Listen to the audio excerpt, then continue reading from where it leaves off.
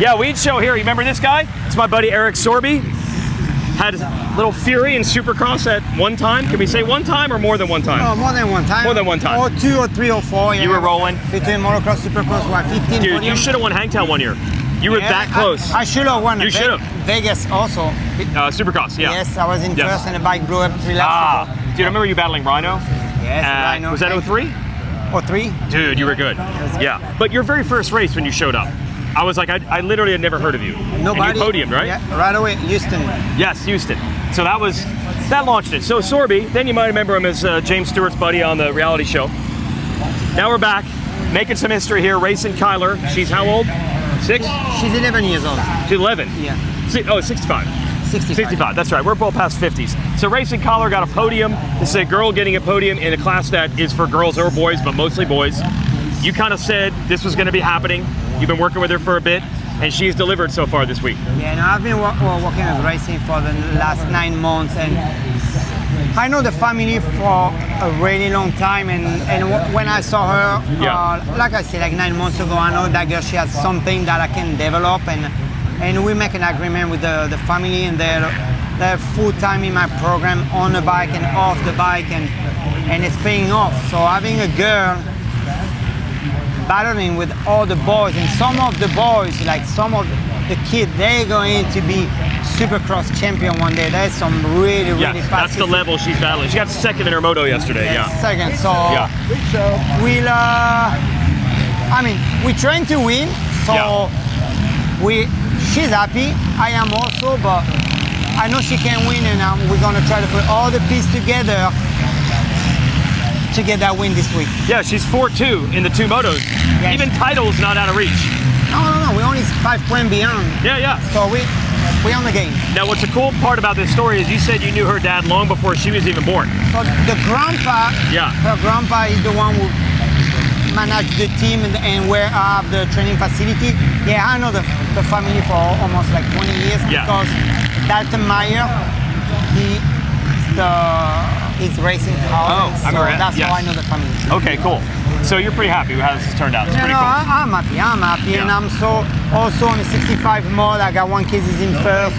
On the 50, racing Kyler brother, riding Williams, is in second. So no, I'm good. I'm happy. Somebody said that, but they didn't have the same last name. They are brother sister. Brother and sister, just not the same last name. Gotcha. Okay, so it's pretty good. Good to see you. Good to see you too. Eric Sorby, one of the fun characters of this event through the years. That has really become a big story here. We've got 3 different females rolling in the mini cycle classes, and what I mean by that is she's 65 and also through the 85 classes. They don't designate. There is a girls class that is for younger female racers. They generally racing 85s or large wheel 85s or super minis. That class is still here. But now we're seeing 3 different girls in the classes. They're not designated for boys. Like anyone who's fast enough to qualify gets in. They're not just qualifying. They're just not top 10ing. They're battling for podiums. We had Kyler and another girl also getting podiums throughout the week. And Hannah Jamison, another one who's mixing it up, has the speed to podium. Might happen. I don't know what changed literally in like 1 year to all of a sudden have all 3 young girls in a podium or even moto win or even championship position. But we're there. And Racing Collar, we kind of got the jump on knowing about her because everybody already knows Sorby from his career. But it's one of the really cool stories that's developing here at the ranch. Of course, our show is brought to you by Race Tech. Check out their seminars in October. They'll teach you everything about suspension, or if you really want to get in depth about engines, they're not keeping the secrets. They want to teach them to you. You could maybe start your own suspension company, or maybe it's just going to make you that much smarter with your own motorcycle or your kid's motorcycle or a bunch of kids or friends in the area where you can help them when you get this knowledge. So that's one cool story. Now, this class on track right now, this is 45 plus. These guys are extremely old, like very, very old. And all day long in that announcer's tower, we make jokes about how unbelievably old the riders in the 45 class are. And we even have a really old racer named Kevin Windham. If you heard him, he's very, very old. And he can tell us what it's like to be very, very old and how your body feels when you're very, very old. I am old enough to be eligible for this class. As an announcer, I'm so young. These guys are old. as motocross racers. Wyndham and I are the exact same age, like literally I think 2 months apart. We've been making old jokes about him for 15 years, about how old he was. Nobody calls me old. So I mean that more like nobody calls me old. So anyway, what I'm waiting for here, if I can time this out right, is a guy we call Frenchie, Greg Paymart. He is rolling so far this week. Now, a lot of these age classes lately have been dominated by the Mike Brown. Mike Brown is out, big injuries this year. And Frenchie, Greg Paymart, is originally from France, said, well, there's a French phrase that says, when the cat's away, the mice will play. So we're enjoying this week not having to battle Brown. Now, in this 45 plus class, they got to deal with that guy. That is Shane Kelleher. Shane Kelleher, AKA Scary Guy out of New England. There's Paymart. Paymart's got the 50 plus class covered, but in 45, oh, Kelleher's a bad dude. You might remember Kelleher appearing on the Weege show at Southwick. Is trying to qualify in the morning.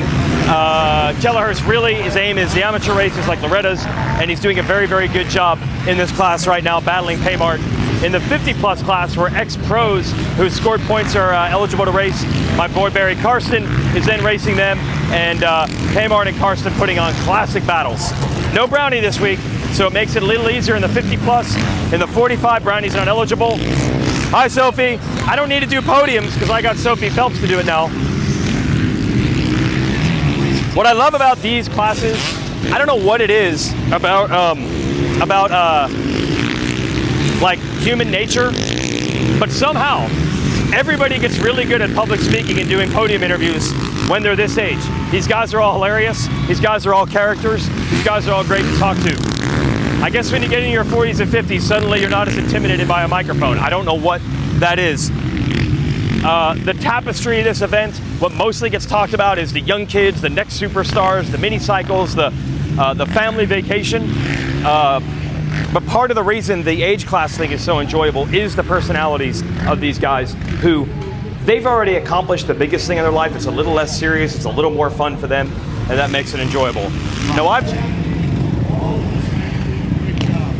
are you a Kelleher fan? You bet. Kelleher fan. I'm a Kelleher fan, totally Kelleher. You go, buddy, you go. Scary Guy to best.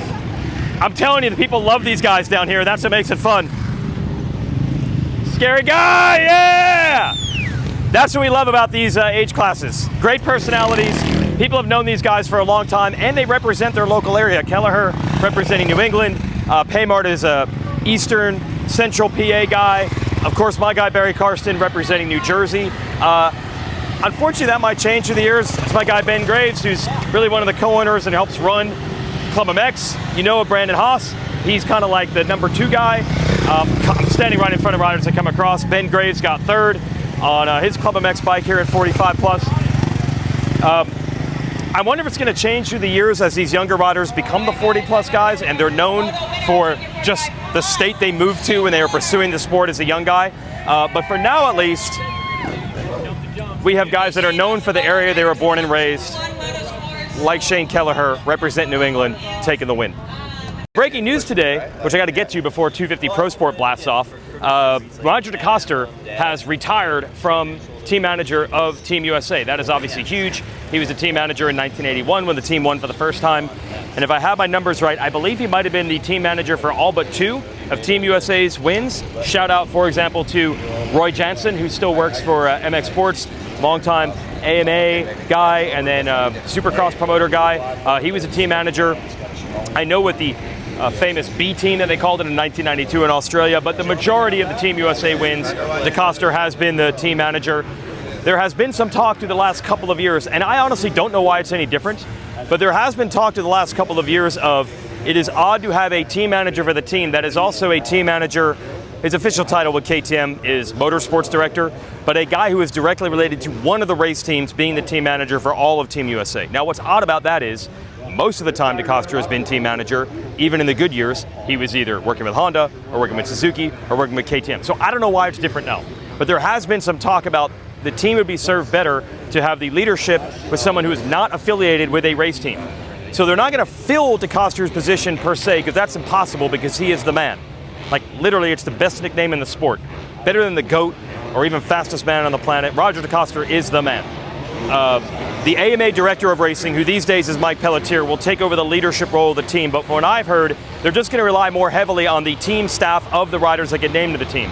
So when I was there last year in England, for example, Plessinger was on the team, and Webb and Tomac. You really saw the Star Racing team and the Red Bull KTM team.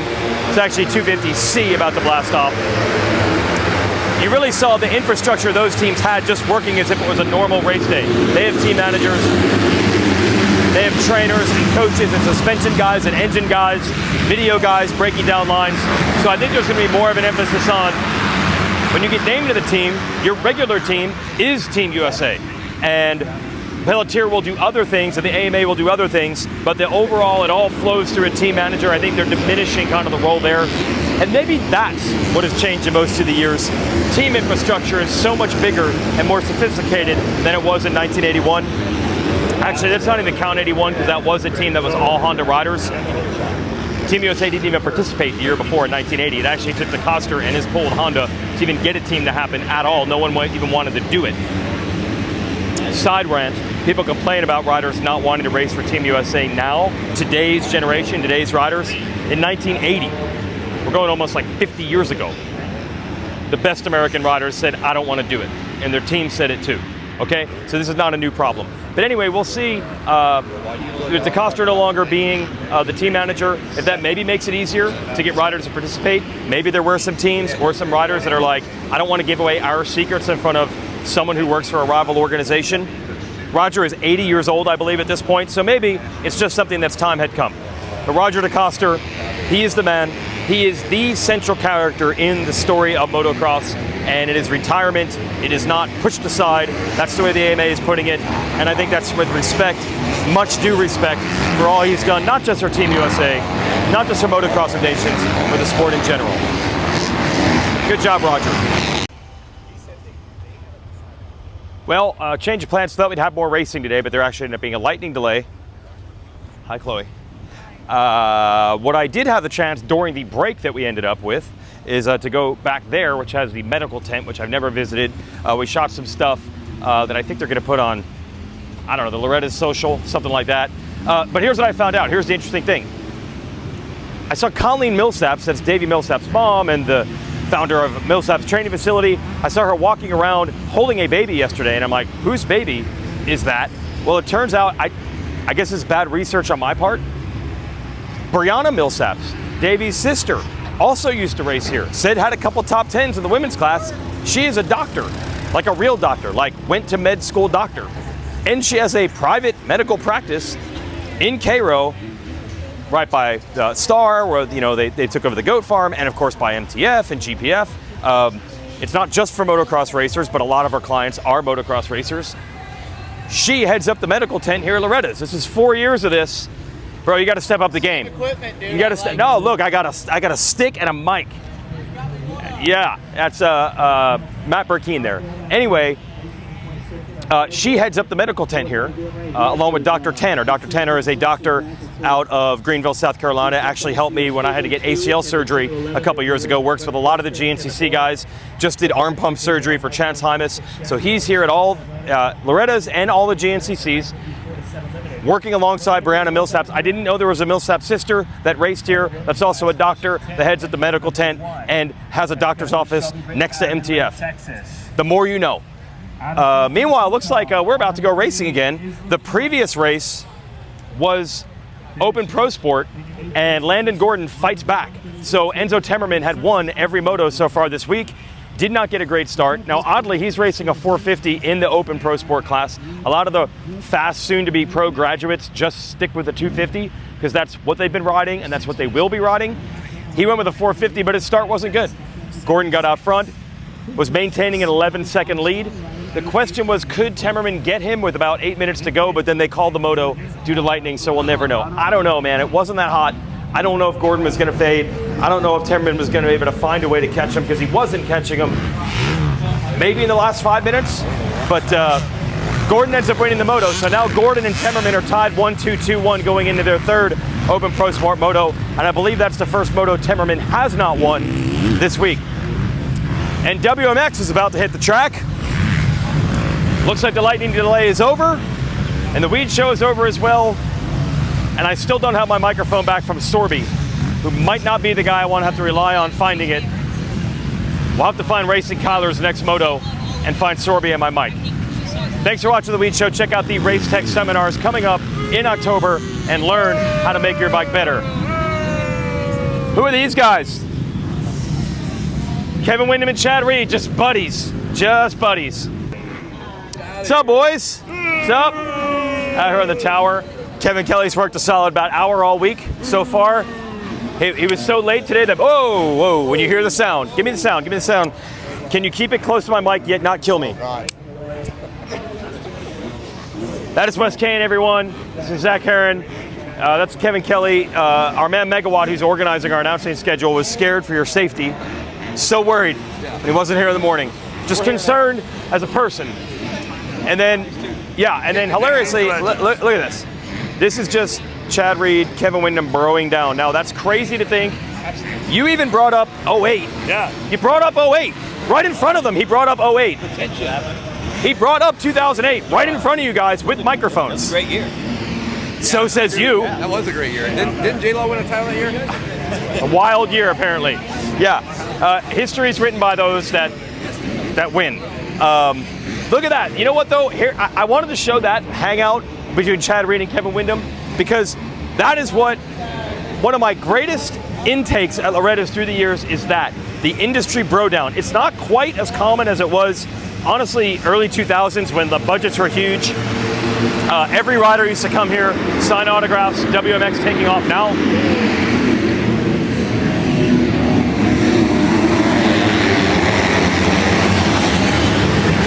Kylie Stallings with the whole shot. Lala Turner won the first moto. Stallings got to win this one to get back in it. We'll see how it turns out. Anyway, I feel like when the financial crisis hit, 08, 09, everyone's travel budget was held down. A lot of the top guys didn't come here, and then it never quite came all the way back. Also, I think, honestly, with social media, the riders don't have to do as much in-person stuff. There's other ways they can reach the fans. And I also think if they get a little crazy, they're worried that other people have phones and they're going to see it. That's my super duper secret just for you.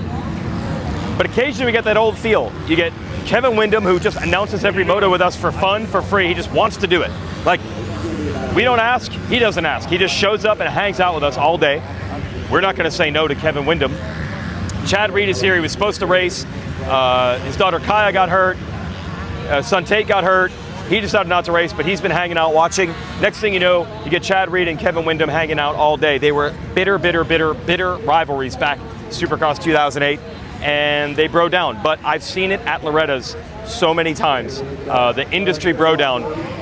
Not quite where it was 20 years ago, but still better, I think, than any other industry bro down like week that you're gonna get anywhere. Okay, let's see who's leading WMX here.